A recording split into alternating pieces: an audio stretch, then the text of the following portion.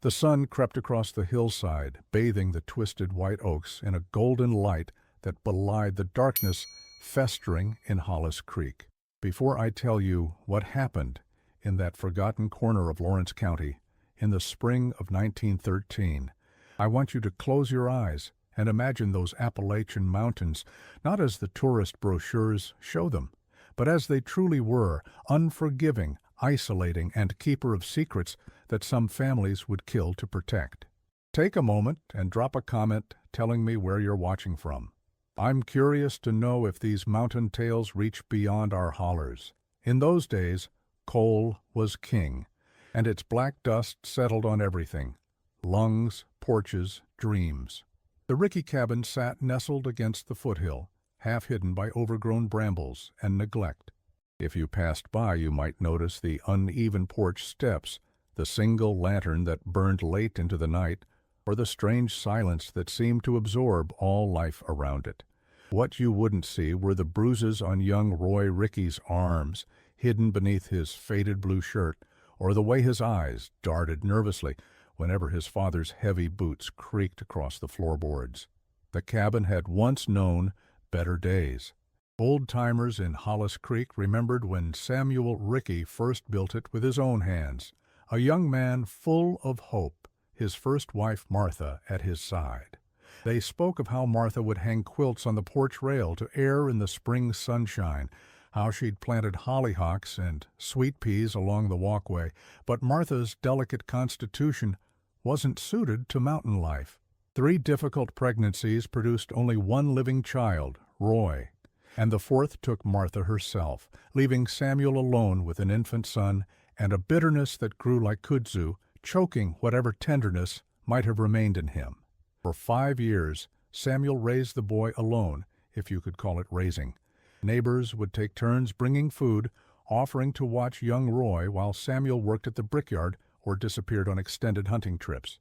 The child learned early to fend for himself, to be invisible when his father returned home, reeking of moonshine, to clean up the cabin before anyone could see the broken dishes or overturned furniture that marked Samuel's rages. Then Vivien arrived, stepping off the mail coach one crisp autumn day, a carpetbag in her hand, and secrets in her eyes. No one quite knew where she came from. Some said Kentucky, others Tennessee. She told different stories to different people, that she was a widow, that she was a cousin of the Wilsons over in Carter County, that she had worked as a seamstress in a fine ladies' shop in Louisville. Whatever the truth, she set her sights on Samuel Rickey from the moment she arrived, and within 3 months she was installed as the new Mrs. Rickey. Roy was small for his 10 years, blond hair perpetually falling across his eyes, bony shoulders that carried burdens no child should bear. The locals said he was touched, their way of describing a child who was different, who saw things others missed, who flinched at shadows that hadn't yet fallen. They whispered that the boy's real mother had fled years ago, unable to endure the isolation, or perhaps something worse. His stepmother, Vivien, had arrived 2 summers past, a woman with coal-black hair and eyes that never quite matched her smile. What happened on that Wednesday evening in May would later be pieced together by a county sheriff who refused to accept the obvious explanation, who understood that in these mountains, what appears on the surface rarely reflects the rot beneath. But I'm getting ahead of myself. Let me take you back to the morning they found him, to the crowd of nearly 200 souls who abandoned their breakfast and chores to witness firsthand the horror hanging from that stunted white oak beside the abandoned coal mine. The whispers rippled through the gathering. Poor Miss Rickey, has she been told? I heard his pa used to beat him something terrible. What would make a boy do such a thing? The county coroner arrived, pushing through the onlookers to where the small body dangled from a wire cord, feet barely above the ground. The boy's right eye had been gouged out. A large bruise discolored his face, and he appeared to have been dead for days. Yet there were peculiarities the coroner couldn't ignore. No welts on the neck where the cord was wrapped, no disturbed bark on the tree limb, as would be expected if the boy had struggled. The mystery of Roy Rickey's death had begun, and what the authorities would uncover in the coming days would reveal how deeply the poison of secrecy and silence had seeped into the soil of Hollis Creek. This wasn't a tale of ghosts or mountain superstitions. This was something far more terrifying, the capacity for human cruelty, hidden behind ordinary faces, behind neighborly nods, behind closed cabin doors. As the sheriff surveyed the scene, his eyes fell on Roy's father, a towering man with bushy eyebrows who stood smoking a cornpipe with an unsettling detachment. Nearby was the boarder, Jim Andy, a stocky man whose deep-lined face concealed whatever emotions might be churning beneath. And back at the cabin, waiting, was Vivien Rickey, a stepmother whose carefully applied rouge and bobbed black hair seemed eerily out of place in these hardscrabble hills. The truth of what happened in that cabin would eventually come to light, but not before revealing the terrible cost of silence in a place where everyone heard everything, yet no one spoke of what they knew. Morning light filtered through dusty windows, casting long shadows across the worn floorboards of the Rickey cabin. In these mountains, routine was religion. Up before dawn, tend to animals, work until your body ached, sleep, and repeat. For the Rickey household, appearances maintained the illusion of normalcy, but beneath the surface lurked currents of tension and unspoken threats. Roy's days followed a predictable pattern. He rose at first light, kindled the fire while his father dressed for the brickyard, and prepared a simple breakfast of cornmeal mush or biscuits. His stepmother Vivien would emerge later, her black hair meticulously arranged despite the early hour, her face powdered and rouged as if expecting company far more important than the chicken she'd feed or the garden she'd tend. "Boy, fetch the water," his father would command, his voice carrying the implicit threat that hesitation would be met with the back of his hand.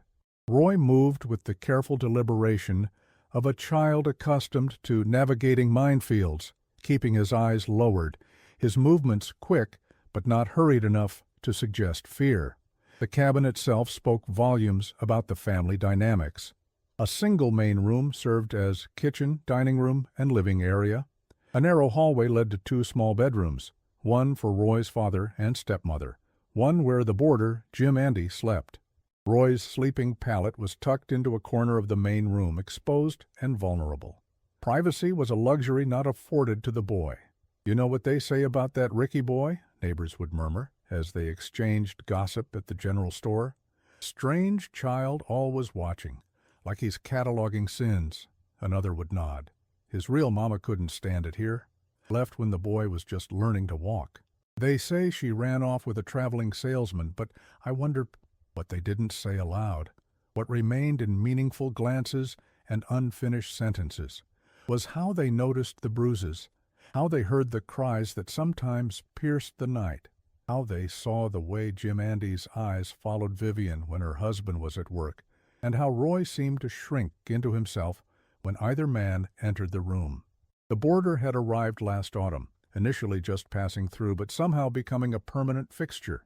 He paid his way by helping with the heavier chores, chopping wood, repairing the roof, taking the cow to pasture.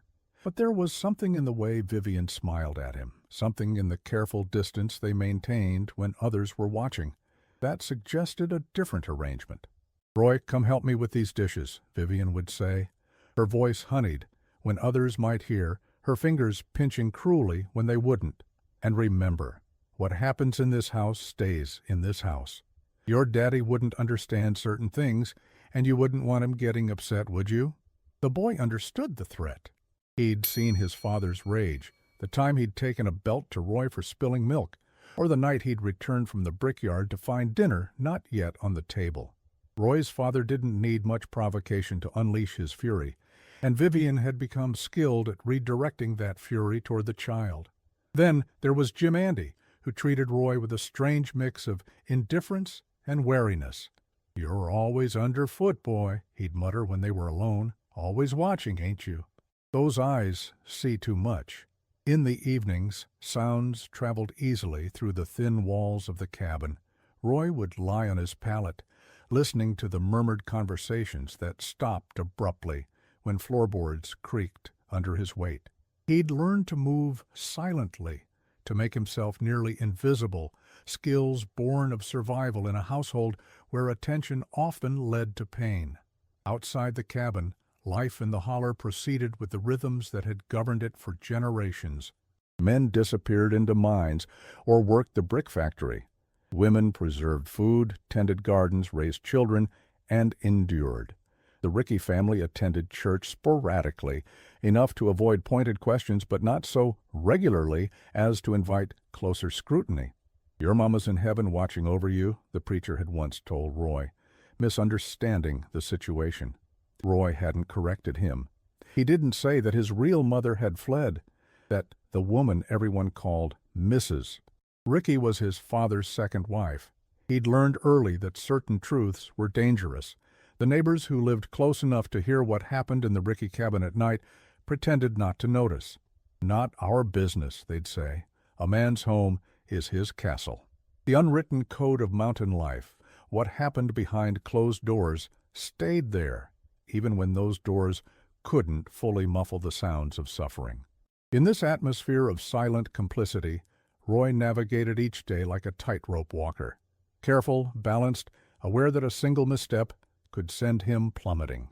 His one solace was the hour before sunset, when he'd take the family's lone cow to the spring near the abandoned mine. There, briefly free from watchful eyes, he could exhale.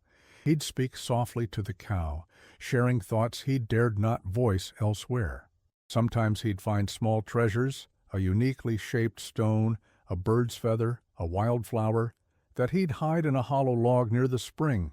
What Roy couldn't know was that this small ritual of freedom would become the centerpiece of a tragedy that would shake the community to its core and expose the terrible consequences of collective silence. It began with a watermelon. In early May, when the first warm days settled into the hollers, Mr. Whitaker's patch produced the season's earliest fruits. Roy, walking past on his way to take the cow to water, had paused at the sight of them, dark green and promising sweetness, in a life that offered little. The temptation overwhelmed his usual caution. He'd return to the cabin that evening with the stolen melon hidden beneath his shirt, heart pounding with equal measures of guilt and excitement. It was a foolish risk. His father's punishments for far lesser offenses had left welts that took weeks to fade. But something in Roy had reached a breaking point. Perhaps it was a child's desperate attempt to extract some small pleasure from an unbearable existence. Roy had hidden the melon beneath the porch, planning to retrieve it later when the household slept. But as he entered the cabin, he sensed immediately that something was wrong. His father was home early from the brickyard, his massive frame hunched at the table. Vivien stood by the stove, her expression tightly controlled. Jim Andy sat in the corner, whittling a stick with deliberate focus. "Where you been, boy?" his father asked, not looking up. "Taking the cow to water, sir," Roy answered, his voice carefully neutral. "Took you mighty long today." The silence that followed was weighted with accusation. Roy stood frozen, wondering if Mr. Whitaker had seen him, if word had already reached his father. His eyes darted involuntarily to his stepmother, who was watching him with an intensity that made his skin crawl. "Roy," Vivien said suddenly, her voice unnaturally bright, "go fetch more water for tonight. We'll eat when you return." It was a reprieve, temporary though it might be. Roy grabbed the bucket and fled the stifling atmosphere of the cabin. Outside, gulping the fresh air, he considered running, just continuing past the spring and over the ridge. But where would he go? Who would take in a skinny boy known for his strangeness? As Roy filled the bucket at the spring, his mind raced. Something beyond the usual tension had filled the cabin. He'd seen it in the rigid set of his father's shoulders, in the way Jim Andy had avoided looking at him, in Vivien's too bright voice. Something had shifted, and Roy felt the ground becoming unstable beneath his feet. When he returned, the cabin was empty, except for Vivien. "Your father went to speak with Mr. Whitaker," she said, confirming his worst fears. Jim Andy went with him. Roy stood motionless, the water bucket still in his hands. "I didn't—" "Don't lie to me," Vivien hissed, her carefully cultivated appearance of gentility slipping. "Mr. Whitaker's boy saw you. Your father will be back soon, and you know what happens when he's angry." Roy's mouth went dry. He knew precisely what would happen. The belt, or worse, the switch that left thin, bloody lines across his back and legs. Unless, Vivien continued, her voice softening as she moved closer, you help me with something, and I'll help you in return. I can calm your father down, make him forget about the watermelon. Hope flickered briefly in Roy's chest. What do you need help with? Jim Andy has been saying things to your father, she said, her black eyes unblinking, telling lies about me, about things he claims to have seen. Roy knew immediately what she meant. He had seen them together, Vivien and Jim Andy, when his father was at work, glimpsed them through a crack in the bedroom door, heard their whispers and other sounds. Had Jim Andy confessed this to his father? Was that the source of the tension he'd sensed? I need you to tell your father that Jim Andy tried to touch you, Vivien said, her voice barely above a whisper. That he did things to you. Your father will believe you, and he'll send Jim Andy away. Horror washed over Roy. But that's not true, he protested. Vivien's face hardened. What's not true is that I'll protect you from your father when he returns. What's not true is that you'll be able to sit down for a week after he's done with you. What's not true is that you have any choice in this matter. The threat hung in the air between them. Roy thought of the watermelon hidden beneath the porch, of his father's rage, of the countless bruises he'd endured. But he also thought of the lie Vivien wanted him to tell. A lie that would destroy a man who, while not kind to Roy, had never harmed him in the way Vivien suggested. I can't, Roy said finally, his voice small but firm. Something shifted in Vivien's expression. Surprise, quickly followed by fury. You ungrateful little... She reached for him, fingers curled like claws, but Roy ducked away. I'll tell my father the truth, Roy said, backing toward the door, about the watermelon, and about you and Jim Andy. Vivien went very still. When she spoke again, her voice was eerily calm. Your father won't believe you. No one ever believes children like you. Odd, always watching, making up stories. But go ahead, try, and see what happens. In that moment, Roy understood with perfect clarity that he had made a fatal mistake. The line he had crossed could not be uncrossed. The threat he posed to Vivien's carefully constructed world could not be unmade. With sudden clarity, he realized why his real mother had fled years ago, and why she hadn't taken him with her. Roy turned and ran from the cabin, heading instinctively toward the only place where he'd ever felt safe, the spring near the abandoned mine. Behind him, he heard Vivien call out his name, her voice containing a new note he'd never heard before, panic. The cow stood placidly at the spring, still tethered where Roy had left her earlier. He paused, uncertain what to do next. Night was falling rapidly, the way it does in the mountains, darkness pooling in the valleys first, and then climbing the slopes. Should he untie the cow and run, leave her, and make his escape? Or was he overreacting to Vivien's threats? As Roy hesitated, he heard footsteps approaching through the underbrush, heavy footsteps, coming fast. The gathering at the coroner's inquest 2 days after the discovery of Roy's body was smaller than the crowd that had first assembled beneath the white oak, but no less intent on finding answers. The schoolhouse had been repurposed for the occasion, its rows of desks pushed aside to make room for the officials and witnesses.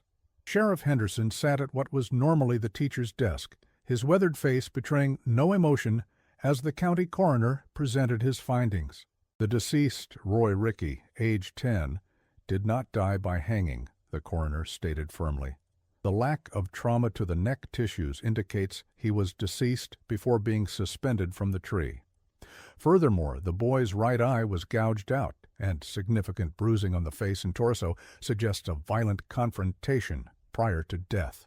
Murmurs rippled through the assembly. The sheriff raised a hand for silence. Mr. Rickey, would you please explain again your whereabouts on Wednesday evening? Last, Roy's father stood, his massive frame seeming to fill the small schoolhouse. Like I told you before, I was at the brickyard until sundown, came home, had supper. The boy was supposed to water the cow, but never came back. We figured he'd run off, maybe following that peddler who'd come through earlier that week. And you didn't search for your son? The sheriff's voice remained neutral, but the question itself carried accusation. Figured he'd come back when he got hungry enough, Mr. Ricky replied with a shrug. Boy was always strange, doing unexpected things. The sheriff turned his attention to Vivien Ricky, who sat primly in the front row, her black hair arranged in careful waves, her face composed despite the tears that occasionally slid down her rouged cheeks. "Mrs. Ricky, you were the last person to see Roy alive, according to your previous statement. Would you tell us again what happened that evening?" Vivien dabbed at her eyes with a lace-edged handkerchief. "Roy returned from watering the cow, but he seemed upset. He didn't want to eat supper. I thought perhaps he was coming down with something, so I sent him to bed early. When I went to check on him later, he was gone. I assumed he'd gone back to the spring. He always liked it there." "And you didn't think to look for him when he didn't return?" "My husband thought he'd run off," Vivien replied, her voice trembling slightly. "And I trusted my husband's judgment." The sheriff nodded, his expression revealing nothing of his thoughts. "And Mr. Andy," he continued, turning to where the boarder sat, "you discovered the body on Saturday morning, correct? 3 days after Roy disappeared?" Jim Andy shifted uncomfortably. "Yes, sir. I was taking the cow to water, same as always, and there he was, hanging from that oak. Terrible sight. I ran back to fetch Mr. Ricky right away. Yet neighbors report seeing you at the spring on Thursday and Friday, and no one mentioned seeing a body there on those days." A silence fell over the room.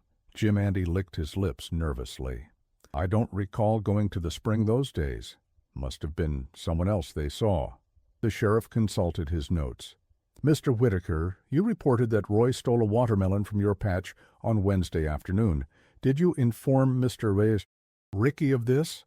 An elderly man stood from the back of the room. "I saw the boy take it, clear as day. Sent my son to tell Ricky about it. Figured he'd handle it his own way." "And did you speak with Mr. Ricky that evening?" the sheriff pressed. "No, sir," Mr. Whitaker replied. "My boy said he wasn't home when he went by. Just the missus and that boarder were there." The sheriff nodded thoughtfully. "I see." He turned back to Mr. Ricky. "So you weren't at the brickyard that evening, and you weren't at home. Where were you, Mr. Ricky?" For the first time, Roy's father looked uncomfortable. "I might have stopped at Johnson's still on the way home. Had a drink or two." "Can anyone confirm that?" Mr. Ricky didn't respond. The sheriff sighed and closed his notebook. "This inquest will reconvene tomorrow after we've gathered additional testimony. Mr. and Mrs. Ricky, Mr. Andy, I'll ask you to remain available for further questioning." As the crowd dispersed, the sheriff approached the county prosecutor. "Something's not right," he said quietly. "The boy takes a watermelon, knows he'll be punished for it, but instead of running away, he returns home and then vanishes, only to be found hanged 3 days later. The father claims he was at work, then admits he was drinking. The stepmother says the boy went to bed, then disappeared. The boarder discovers the body at a spot he visits daily, yet somehow missed it for 2 days?"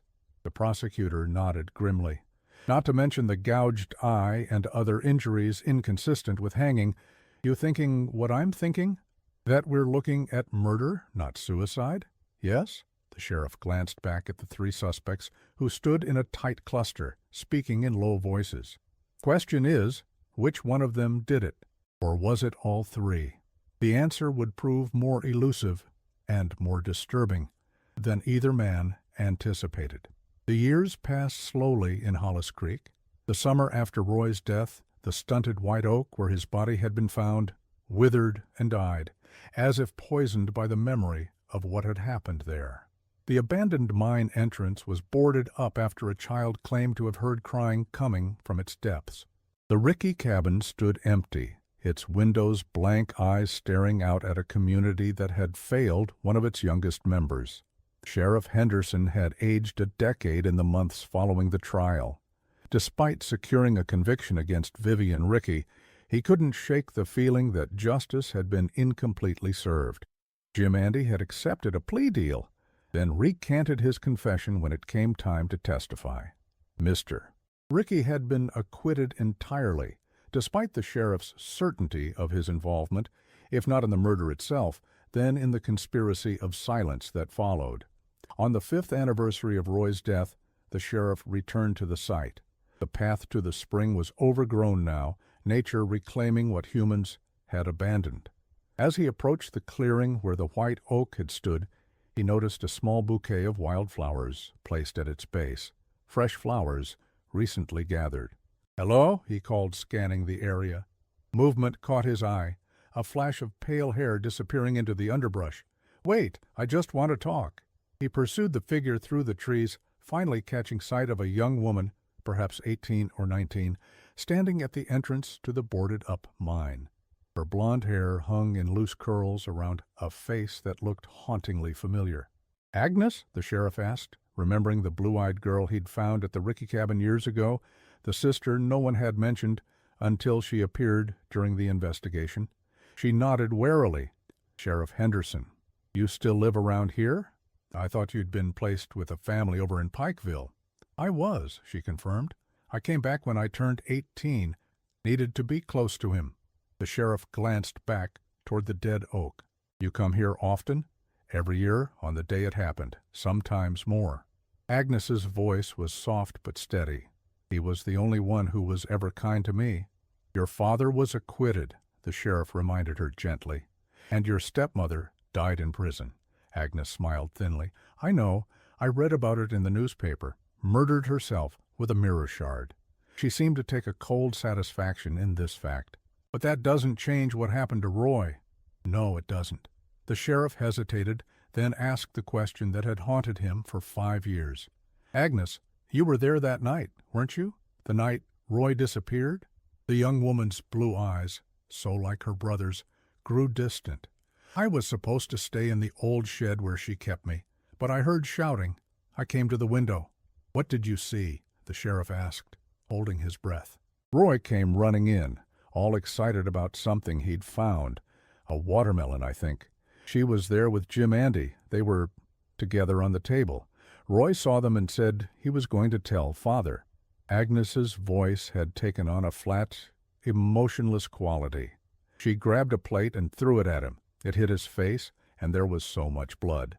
Then she was on him, her hands around his throat, screaming things I couldn't understand. The sheriff felt a chill despite the warm spring day. "Why didn't you tell me this at the trial?" Agnes looked at him directly now. "She told me if I said anything she'd do the same to me, and I believed her. Even after they took her away, I believed her. Some nights I still wake up feeling her hands around my throat." The sheriff nodded, understanding. Fear could silence even the most terrible truths, especially in a child. "And your father? Was he involved?" "Father came home later, after it was done. He saw what happened and helped them hide it. He was always protecting her, no matter what she did." Agnes knelt and traced her fingers over the rough bark of the dead oak. "They all thought Roy was strange, that he didn't matter, but he did to me." The sheriff watched as Agnes placed something small and white at the base of the tree. A carved figure, he realized, made from a piece of bone or antler. A small, childlike form. "Roy used to make these," she explained without being asked. "Said they were guardians to watch over us when he couldn't." Her voice broke slightly. "He tried to protect me, you know? Tried to get me out of that shed, bring me food when they wouldn't. That's why they hated him, because he saw what they really were." Sheriff Henderson felt the weight of his failure anew. He had secured one conviction, but had missed the deeper truth, that Roy's death wasn't just about Vivien's rage or Jim Andy's complicity. It was about a community that had seen the signs of abuse and looked away, about neighbors who heard cries in the night and called them family matters, about a system that failed to protect the most vulnerable. "I'm sorry, Agnes," he said finally. "We should have done more." She stood, brushing dirt from her simple dress. "It's too late for sorry, too late for Roy." Her gaze drifted to the boarded mine entrance. "Sometimes I think I hear him in there, calling me. But that's foolish, isn't it? The dead don't speak." "No," the sheriff agreed quietly. "But sometimes their stories find ways to be told." Agnes nodded once, then turned and walked away, disappearing into the trees as silently as she had appeared. The sheriff remained for a long while, contemplating the small carved figure at the base of the dead oak and the terrible price of silence in these isolated mountains. 5 years had passed since they found Roy Rickey hanging from the white oak, yet the case continued to haunt Sheriff Henderson. Despite the conviction of Vivien Rickey and the plea deal for Jim Andy, something about the official narrative never sat right with the aging lawman. Perhaps it was the convenient confession that was later recanted, or the too easy acquittal of Roy's father, or the way the community seemed eager to close the book on the whole sordid affair. After his encounter with Agnes at the site of her brother's murder, the sheriff found himself unable to let go of the case. He began reviewing his old notes, interviewing neighbors again, and spending long evenings at his kitchen table with a bottle of bourbon, and the gnawing certainty that he had missed something crucial. One such evening, a knock at his door revealed Sarah Whitaker, daughter of the man whose watermelon Roy had stolen, now a young woman of 22 with solemn eyes and a determined set to her jaw. "Miss Whitaker," the sheriff greeted her, surprised. "What brings you here at this hour?" "I need to tell you something," she said, her voice barely above a whisper. "About Roy Rickey." The sheriff ushered her inside, offering her a seat at the kitchen table. "I thought this case was long closed." Sarah twisted her hands in her lap. "It should be, but I can't sleep anymore. Not with what I know." "And what is that?" "I was 15 when it happened," she began. "Young, but not too young to understand what I saw." She took a deep breath.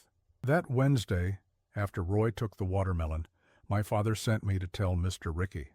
When I got to their cabin, I heard shouting inside. I was scared, so I went around to the back thinking I'd leave a note or something." The sheriff leaned forward, his attention fully captured. "What did you see, Sarah?" "Through the window, I saw Roy on the floor. His face was bleeding something awful. Mrs. Rickey was standing over him, screaming. Jim Andy was there, too, looking scared. But it was Mr. Rickey who—" She faltered. "Go on," the sheriff encouraged gently. "Mr. Rickey who had his hands around the boy's throat, not Mrs. Rickey like they claimed at the trial. It was his father who killed him." Sarah's eyes filled with tears. "I ran home and didn't tell anyone. I was so scared. My father would have made me testify, and Mr. Rickey, he was a violent man. Everyone knew it." The sheriff sat back, absorbing this new information.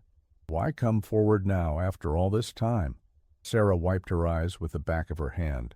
"I saw Agnes in town yesterday.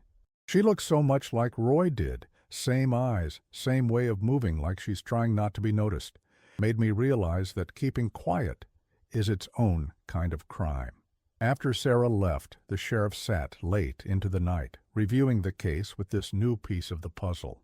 If Sarah's account was true, then Jim Andy had lied in his confession, taking Vivien's side by naming her as the killer when it had actually been Roy's father. But why? What hold did Vivien have over him that was stronger than the fear of a murder charge? The answer came to him as dawn broke over the mountains.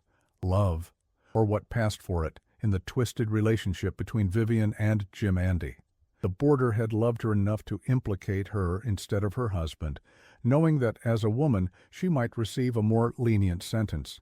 Then, when it came time to testify, he'd recanted entirely, hoping to save her completely.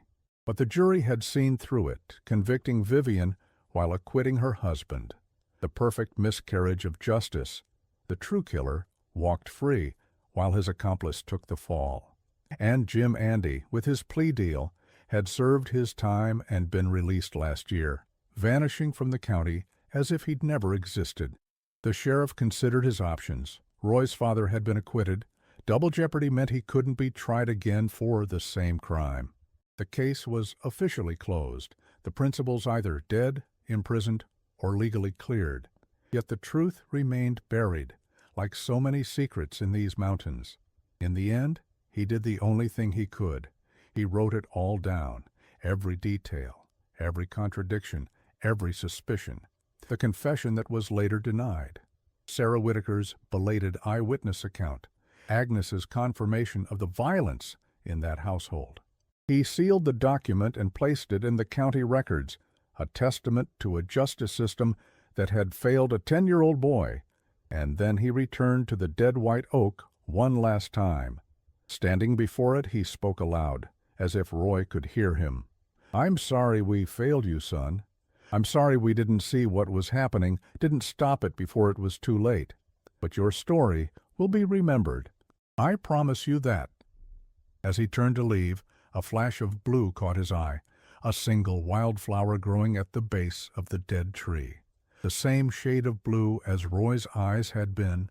The sheriff knelt and touched its delicate petals, allowing himself just for a moment to imagine it as a sign that the boy had heard his promise. The leaves crunch beneath my boots as I make my way up the overgrown path to what remains of the Rickey cabin. It's been nearly 50 years since Roy's body was found hanging from that white oak, yet the story continues to resonate through these hills, passed down in hushed tones from one generation to the next. I'm not from here originally. I came to Hollis Creek just 3 months ago, drawn by a position at the County Historical Society and a personal connection I discovered while researching my family tree. My grandmother's maiden name was Whitaker, and her older sister was Sarah, the same Sarah who finally came forward with what she had witnessed on that fateful evening in 1913. The cabin is little more than a stone foundation now, reclaimed by kudzu and mountain laurel. I stand where the front door would have been, trying to imagine the scene. A small, frightened boy, a violent father, a manipulative stepmother, a complicit boarder. 4 lives entangled in a web of secrets and lies that ultimately led to murder. As I survey the ruins, I notice something partially buried in the soil, a small white object protruding from between 2 foundation stones. I kneel and carefully extract it, a tiny carved figure, similar to the one Agnes had left at the base of the dead oak, according to Sheriff Henderson's records. A guardian, she had called it, one of Roy's creations. I turn it over in my palm, marveling at how it has survived all these decades. The carving is crude but recognizable, a small human figure with its arms outstretched, as if in protection or embrace. Was this Roy's attempt to create some sense of safety in a world that offered him none? The thought brings an unexpected lump to my throat. In my months of research, I've pieced together what happened to the others involved in this tragedy. Vivien Rickey died by her own hand in prison in 1917, using a shard of mirror to end a life she could no longer bear. Mr. Rickey, acquitted of his son's murder, continued living in the county until 1925, when he was killed in a mining accident, or so the official report stated. Local lore suggests he was deliberately sent into an unstable section by fellow miners who had never believed in his innocence. Jim Andy disappeared after serving his sentence, though rumors placed him in West Virginia, working under an assumed name. And Agnes, Roy's forgotten sister, left the area after her 18th birthday and was never heard from again. Did she find some measure of peace elsewhere? I hope so. Sheriff Henderson's detailed account of the case, discovered in the county archives, formed the foundation of my research. His notes revealed a man tormented by the knowledge that justice had been imperfectly served, that the community's conspiracy of silence had enabled the abuse that ultimately led to Roy's death. As I stand in the ruins of the cabin, the carved figure clutched in my hand, I feel a strange connection to this place and its tragic history. The air is still heavy with the weight of memories. In the distance, I can just make out the path that would have led to the spring and the mine where Roy spent his final moments. Something compels me to follow it. The trail is barely visible now, choked with underbrush and fallen branches, but I press on. Eventually, I reach a clearing where a massive stump marks where the white oak once stood. Beyond it, the boarded-up entrance to the mine has partially collapsed, revealing a dark opening like a wound in the hillside. I approach cautiously, aware of the danger posed by abandoned mines. As I near the entrance, a cool breath of air emerges from the darkness, carrying with it the faint scent of damp earth and something else, something I can't quite identify. I shine my flashlight into the opening, its beam swallowed by the blackness beyond. Something white catches the light, a small object on the ground just inside the entrance. I reach in carefully and retrieve another carved figure, identical to the one I found at the cabin. This one, however, appears freshly made, the wood still pale and unweathered. A chill runs through me that has nothing to do with the cool air emanating from the mine. Who could have placed this here? The last person known to leave these figures was Agnes, and she would be in her 70s now, if still alive. As if in answer to my unspoken question, a twig snaps in the forest behind me. I turn quickly, my heart pounding. At the edge of the clearing stands an elderly woman, her white hair gleaming in the dappled sunlight. Despite her age, her eyes are startlingly blue and clear, the same shade as the wildflowers that now carpet the forest floor around the stump of the white oak. "You're on private property," she says, her voice surprisingly strong. "I'm sorry," I stammer. "I'm with the Historical Society, researching the Ricky case." She studies me for a long moment. "Why? That was all so long ago." "Because I think it's important that we remember, that Roy is remembered." Something in her expression softens. "You're Sarah's kin, aren't you? I recognize those Whitaker eyes." I nod, surprised. "Her great niece. Did you know her?" "I knew everyone involved." She approaches slowly, her gaze falling on the carved figure in my hand. "He made those, you know. Said they would watch over us when he couldn't." Understanding dawns. "Agnes?" She inclines her head slightly, neither confirming nor denying. "The past doesn't stay buried in these mountains. It rises up like the mist in the morning until you can't see anything else. Is that why you came back? Why you still leave these figures?" Her blue eyes, so like Roy's must have been, fix on mine. "Some promises can't be broken even by death. He said he would always protect me, and in my way, I try to protect his memory." I hesitate, then hold out the figure I found at the cabin. "I think this belongs to you." She takes it, her fingers brushing mine, cool and dry as autumn leaves. "Not to me, to him. They've always been his." "The sheriff's records say you were kept in a shed," I say carefully. "That Roy tried to help you, bring you food." A shadow passes over her face. "Sheriff Henderson was a good man. He tried to find the truth, but even he didn't know everything." "What didn't he know?" Agnes, if that is indeed who she is, turns toward the mine entrance. "That some secrets are better left in the dark, that some truths are too heavy for justice to bear." She places both carved figures at the entrance to the mine, arranging them side by side. My brother wasn't just killed. He was silenced. They all participated. Father, stepmother, Jim, Andy, each in their own way. Father with his hands, Vivien with her lies, Jim with his cowardice. "And the community," I add softly, "with their willingness to look away." She nods, "the most guilty of all." We stand in silence for a moment, the weight of history pressing down on us. Finally, I ask, "What happened to you after?" "The records say you disappeared." A ghost of a smile touches her lips. "I learned to become invisible long before I left. It was the only way to survive in that house. When I turned 18, I walked away and didn't look back." She pauses. "Until I realized that walking away meant Roy would be forgotten. So I came back, not to live, just to remember." "And the figures? You still make them?" "They bring me comfort." She straightens, suddenly looking every one of her years. "You should go now. These woods aren't safe after dark." I want to ask more questions to keep her talking, but something in her posture tells me our conversation is over. I nod respectfully and turn to leave, then hesitate. "Is there anything you want people to know about Roy, about what happened?" Agnes considers this for a long moment. "Tell them that silence kills as surely as hands around a throat. Tell them that looking away is the same as holding someone down. Tell them that every time they choose not to see, not to speak, not to act, they become part of someone else's tragedy." Her words follow me as I make my way back down the mountain, through the gathering dusk. By the time I reach my car, full night has fallen, and when I look back toward the ridge, I imagine I can see a small light moving near where the mine entrance would be, like a lantern carried by unseen hands, a beacon in the darkness. Later, as I transcribe my notes and add this encounter to my research, I wonder if I truly met Agnes Ricky today, or if time and legend have blurred together in these ancient hills. Perhaps it doesn't matter. The truth of Roy's story, of a community's failure to protect its most vulnerable member, remains relevant regardless. In the years since, Hollis Creek has changed. The mines have closed, the brickyard stands abandoned, and many of the old families have moved away.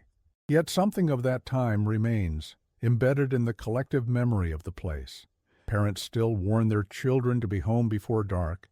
Neighbors still speak of strange sounds coming from the abandoned mine on certain moonless nights. And every year, on the anniversary of Roy's death, fresh wildflowers appear at the stump of the white oak, along with a small carved figure, a guardian watching over a place where no one stood guard when it mattered most. But beyond the specific tragedy of Roy Rickey, there lies a broader truth about the nature of horror in these isolated communities. The true monsters were never the vengeful spirits or forest creatures of mountain folklore.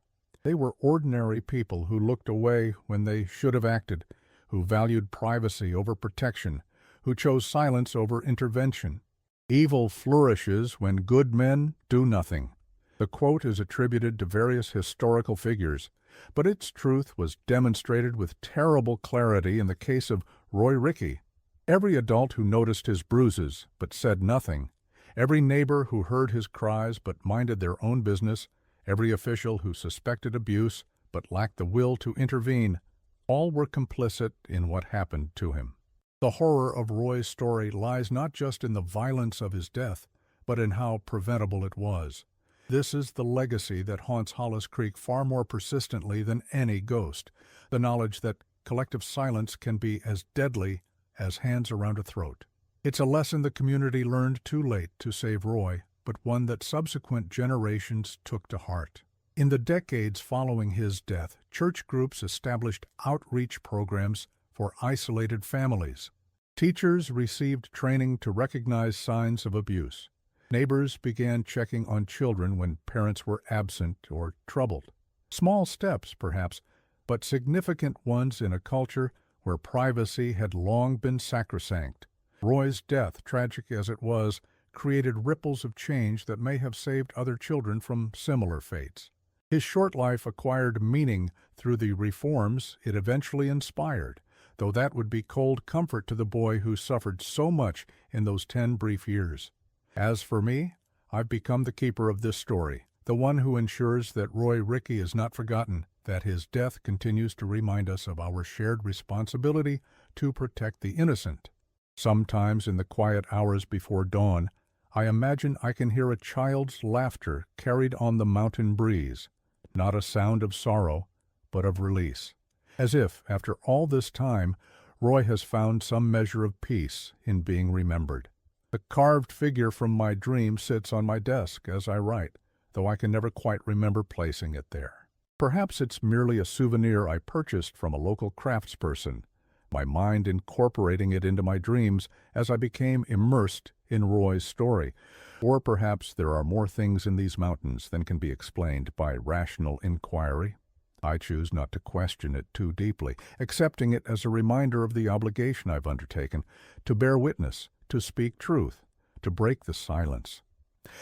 In the end, the most terrifying aspect of Roy Rickey's story is not what happened to him, but how easily it could happen again in any community where privacy is prized above protection, where family autonomy outweighs children's safety, where the instinct to look away overcomes the duty to intervene.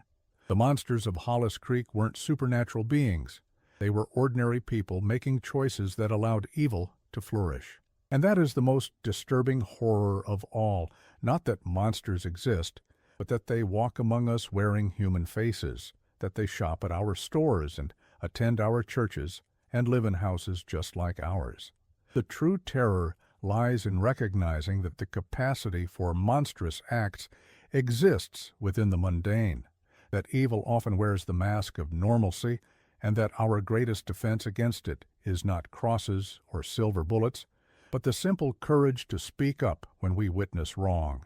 Yet even now, 50 years later, when the wind whispers through the hollows and shadows gather beneath the trees, the people of Hollis Creek still speak in hushed tones of the boy who was silenced, and of how the truth, like water, will always find its way to the light. The sun is setting over the Appalachian ridges as I finish typing my account of the Rickey case.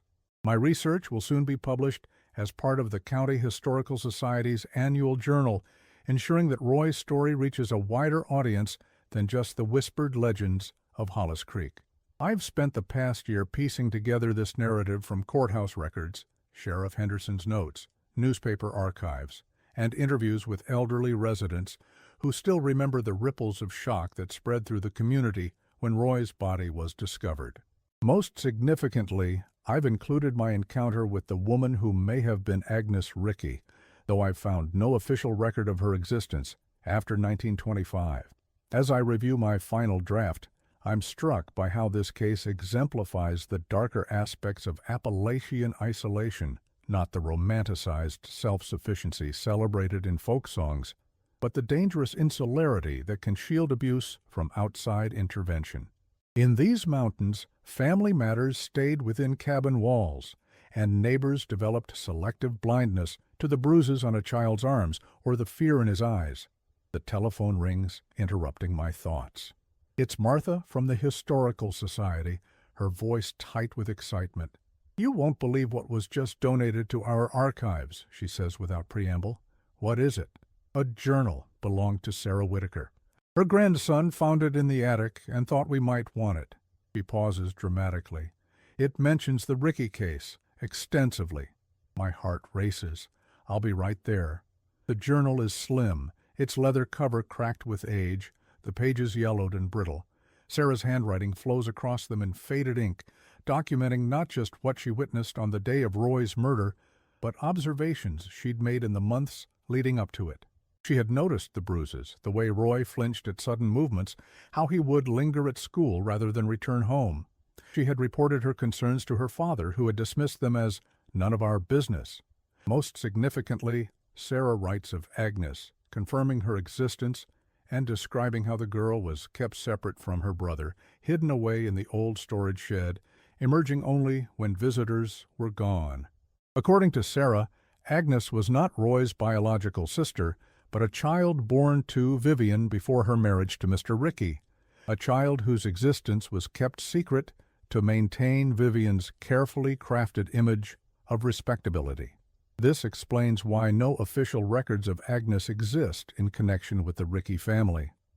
It also casts Vivien's character in an even more disturbing light, a woman who would conceal and neglect her own child while orchestrating the murder of her stepson. The final entry in Sarah's journal, dated 1963, 50 years after Roy's death, describes an encounter eerily similar to my own, a meeting with an elderly woman near the abandoned mine, a conversation about carved figures and promises kept, a warning about the cost of silence. I closed the journal, my hands trembling slightly. What I had taken as a possible figment of local legend has been independently confirmed by Sarah Whitaker's contemporaneous account. Agnes was real, and if Agnes was real, then the woman I met was. I drive back to the site the next day, drawn by an irresistible need to confirm what I now suspect. The path to the mine seems more defined than I remember, as if recently traveled. At the clearing, the stump of the white oak is adorned with fresh wildflowers, their blue petals vibrant against the weathered wood. The mine entrance appears different as well. The boards that had partially blocked it have been removed, revealing a dark passage into the mountain. I approach cautiously, flashlight in hand, and peer inside. The beam illuminates a small alcove just beyond the entrance, where the rocky walls have been smoothed by time and water. On a natural shelf in the rock sits a collection of carved figures, dozens of them, arranged in concentric circles around what appears to be a child's shoe, ancient and deteriorated, but unmistakably similar to the description of what Roy had been wearing when he disappeared. In the center of this makeshift shrine lies a recent addition, a newspaper clipping announcing the upcoming publication of my research on the case. I back away, understanding dawning. Agnes has been the guardian of this place and of Roy's memory for decades. The carved figures, the flowers, the maintained path, all her doing. And now, somehow, she knows about my work, my effort to bring Roy's story to light after all these years. As I turn to leave, something catches my eye, A flash of blue in the trees at the edge of the clearing. I peer into the shadows but see nothing. Yet, as I make my way back down the mountain, I can't shake the feeling of being watched, of eyes following my progress, not with malice, but with something like approval. That night, I dream of a small blonde boy and a blue-eyed girl, standing hand in hand at the entrance to a mine. They're smiling, their faces peaceful in a way they never were in life. Behind them, darkness stretches infinitely, but they seem unafraid of it now. The boy points to something in my hand, a small carved figure identical to those I found at the shrine. I wake with a start, my heart pounding. The dream felt unusually vivid, almost tangible. As I reach for the lamp beside my bed, my fingers brush against something on the nightstand that wasn't there when I went to sleep. A small wooden figure, freshly carved, still smelling of pine sap. In that moment, I understand what Agnes meant when she said some promises can't be broken, even by death. Roy had promised to protect his sister, and in her way, she had protected his memory. Now, it seems, they are passing that responsibility to me, entrusting me with ensuring that the silence that killed Roy Rickey will not be the final word in his story. As dawn breaks over the mountains, I begin to write again, adding this final chapter to my account. The carved figure sits beside my typewriter, a reminder of the obligation I've accepted. In these hills, stories don't end with death. They echo through generations, changing shape but never truly disappearing, like the mist that rises from the valleys each morning. The story of Roy Rickey, the boy with the gouged-out eye who was found hanging from a white oak, will continue to be told. Not as a ghost story to frighten children, but as a somber reminder of our collective responsibility to see, to speak, to act when the vulnerable are in danger. Because in the end, it wasn't the violence that killed Roy. It was the silence that allowed that violence to flourish. And in breaking that silence, perhaps we offer him something that eluded him in life, justice, however delayed, and peace, however hard-won.